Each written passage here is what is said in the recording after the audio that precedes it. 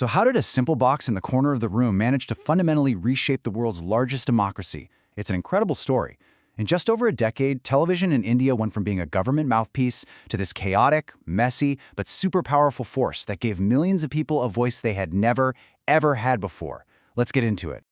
To really get a feel for how massive this change was, you gotta start here. This scene from the film Earth just nails it. You had the nation's leaders speaking about freedom, making history, but a huge majority of the citizens didn't speak the English or the formal Hindi being used.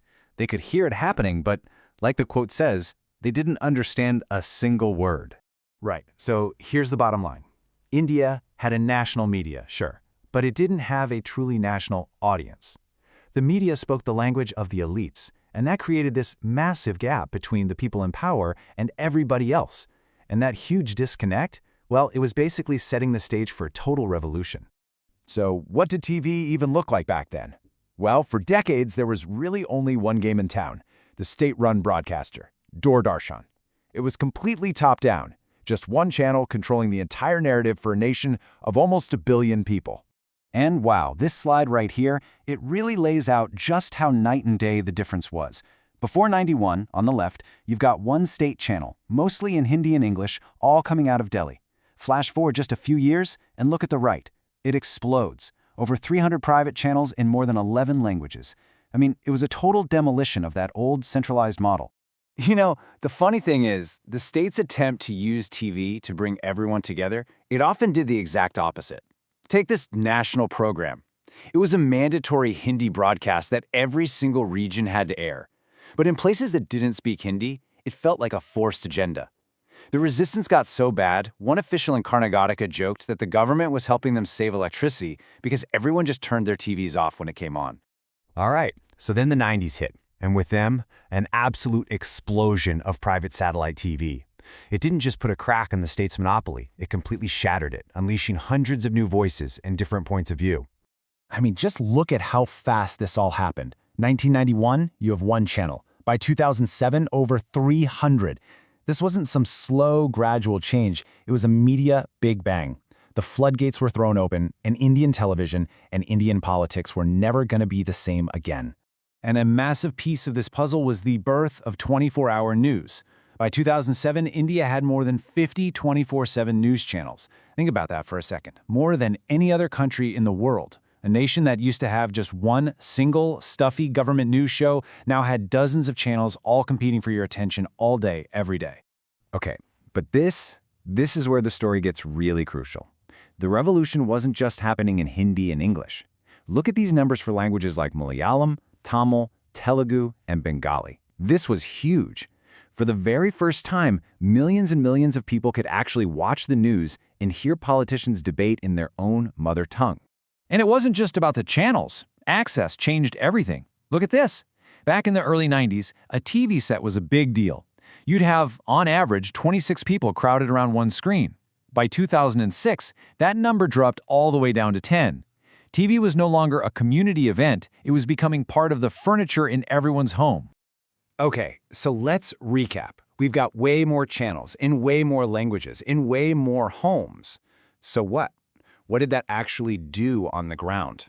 Well, this is where the story gets truly fascinating, because this media boom started to strengthen India's democracy from the bottom up. So, to really get this, we need to talk about a concept called deliberative democracy. The idea is basically that a healthy democracy isn't just about showing up to vote every few years. It's about a constant, ongoing public conversation. And these new local TV channels, they became the engine for that conversation.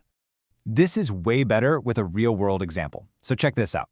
A new TV channel in Maharashtra starts airing a series about local farmer suicides, all in the local language Marathi. Hours later, an angry local politician is on the phone screaming for them to pull the story. Now, national channels had told this story before, and crickets. So what was the difference? The politician was terrified because for the first time ever, his voters were watching a story about him in their language. And this quote right here from the editor of that channel, it just nails that incredible aha moment. He suddenly got it. Local language news wasn't just information. It was accountability. It created a direct link between a politician and the people who could vote him out. And this went beyond just reporting. Channels actually started creating brand new spaces for public debate. In West Bengal, a new channel started hosting these live, open-air debates between political enemies. I mean, at first it was pure chaos. You had mini riots breaking out. The police wanted to shut it all down. But the channel cleverly framed it as defending a long Bengali tradition of public debate. The people loved it, they backed the channel, and a whole new kind of political culture was born right there on the street. But of course, it's never that simple, right? This media explosion wasn't some perfect happily ever after story. With all this new power came a whole new set of problems. The revolution was definitely a double-edged sword, getting squeezed by the pressures of profit and politics. So basically, you had two big forces pushing back. On one side, you had commercial pressure. You got to get ratings, right? So national channels started focusing on safe topics everyone would watch, like cricket and Bollywood, which meant important local stories got ignored. And on the other side, you had intense political pressure, as parties scrambled to control this powerful new tool. And that political control, well, it got super direct. I mean, just look at this list. All across the country, political parties started launching their own TV channels. They were basically creating their own 24/7 propaganda machines to push their message and attack their opponents. And this wasn't just about spin.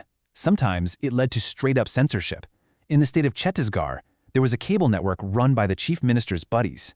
Anytime a national news channel was about to run a story that made him look bad, the screen would just go blank. Poof. A little localized information blackout. Okay, so after all that, the good, the bad, the messy, where do we land? After the dust from this media explosion settled, what was the final verdict? Well, despite all the new problems, the change was absolutely profound, and there was no going back. And here's the real takeaway. Television, in India, went from being this clean, controlled government tool to a chaotic, loud, and often messy public square. It's not perfect, not by a long shot, but it's an open arena where arguments can happen, where power can be challenged, and where so many more voices can finally be heard. The journalist Rajdeep Sardesai put it perfectly. He said that news channels aren't just sitting on the sidelines anymore, they've become direct participants in what's happening.